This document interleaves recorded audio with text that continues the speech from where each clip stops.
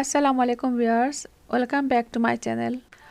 আজ আপনাদের সাথে শেয়ার করব চিংড়ি মাছ দিয়ে বেগুনের একটি মজাদার রেসিপি। সাধারণত চিংড়ি মাছ এবং বেগুন সারা বছর সব ঋতুতেই পাওয়া যায়, আর তাই আপনাদের জন্য আমার এই রেসিপি। রান্না করতে আমাদের যা কিছু লাগবে, এখানে আমি নিয়েছি 600 গ্রাম ওজনের 2টি বেগুন, একটি টমেটো, একটি পেঁয়াজ, একটি আলু, কিছু ধনেপাতা, 4টি কাঁচামরিচ।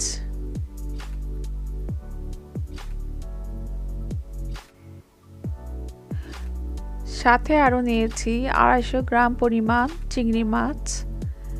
চিংড়ি মাছের মাথাগুলো আমি কেটে ফেলে দিয়েছি। চিংড়ি মাছগুলোকে ধুয়ে পরিষ্কার করে এবং ঘাড়ে যে একটি রগ আছে সেটাও আমি ফেলে দিয়েছি।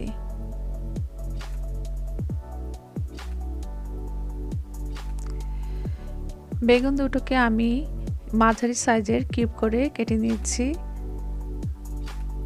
আলুটিও কেটে নিয়েছি কিউব করে।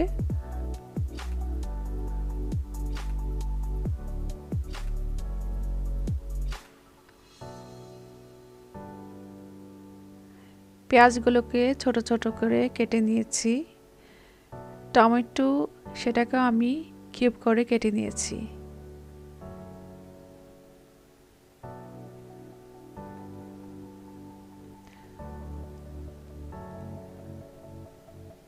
আর সাথে থাকা ধনেপাতাগুলো আমি কেটে নিয়েছি। এবার শুরু করা যাক আমাদের রান্না। প্রথমে একটি হাঁড়িতে 4 টেবিল চামচের মতো তেল দিয়ে তাতে চিংড়ি মাছগুলো আমি ভেজে নিব, সাথে একটু হলুদ আর লবণ দিয়ে।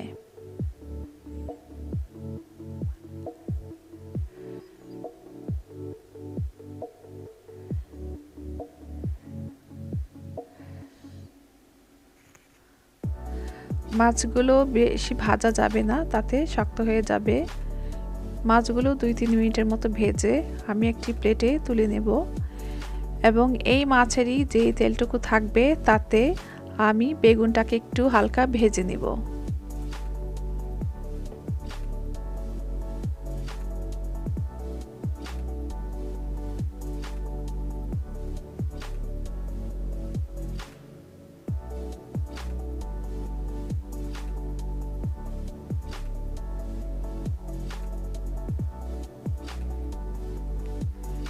বেগুনটা ভাজা হয়ে গেলে সেগুলিকেও একটি প্লেটে উঠিয়ে রাখব। তারপর একই ফ্রাই প্যানে আরও 4 টেবিল চামচ তেলে দিয়ে দেব পেঁয়াজগুলো।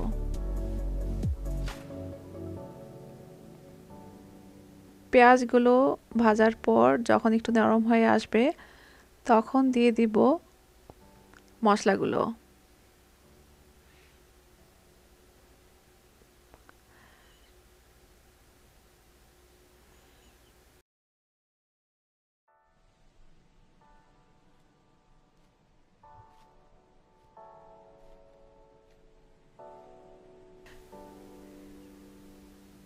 দিয়ে দেব 1 চা চামচ করে হলুদ, মরিচ, জিরে গুঁড়ো, 1 চা চামচ করে লবণ এবং আদা রসুনের পেস্ট, সাথে কিছুটা পানি দিয়ে সবগুলো মশলা একটু কষিয়ে নেব। তারপর তাতে দিয়ে দেব কেটে রাখা আলুগুলো।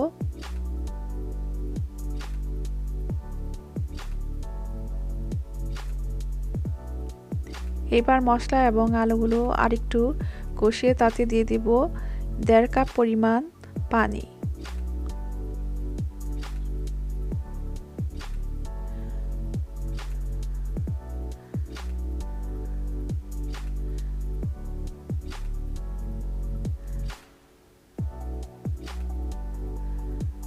মশলাটা যখন বলক উঠে যাবে তখন দিয়ে দেব ভেজে রাখা বেগুন।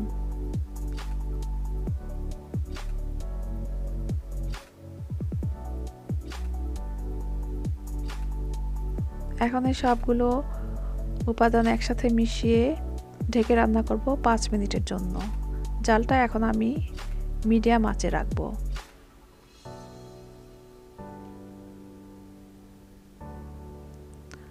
পাঁচ মিনিট পর ঢাকনাটা উঠিয়ে তাতে দিয়ে দিব কেটে রাখা টমেটো, কাঁচামরিচ, ধনেপাতা কুচি,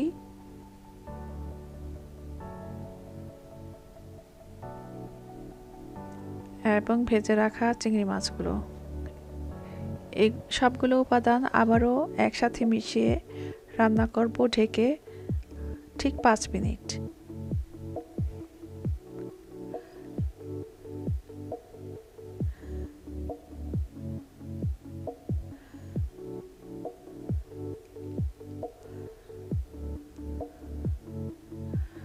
পাঁচ মিনিট পর ঢাকনাটা উঠিয়ে তাতে আমি দিয়ে দেব 1 চা চামচ পরিমাণ ভাজা জিরে গুঁড়ো।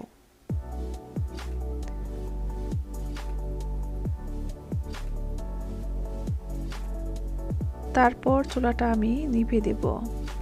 এই তো হয়ে গেল আমার রেসিপিতে চিংড়ি মাছ দিয়ে বেগুনের তরকারি।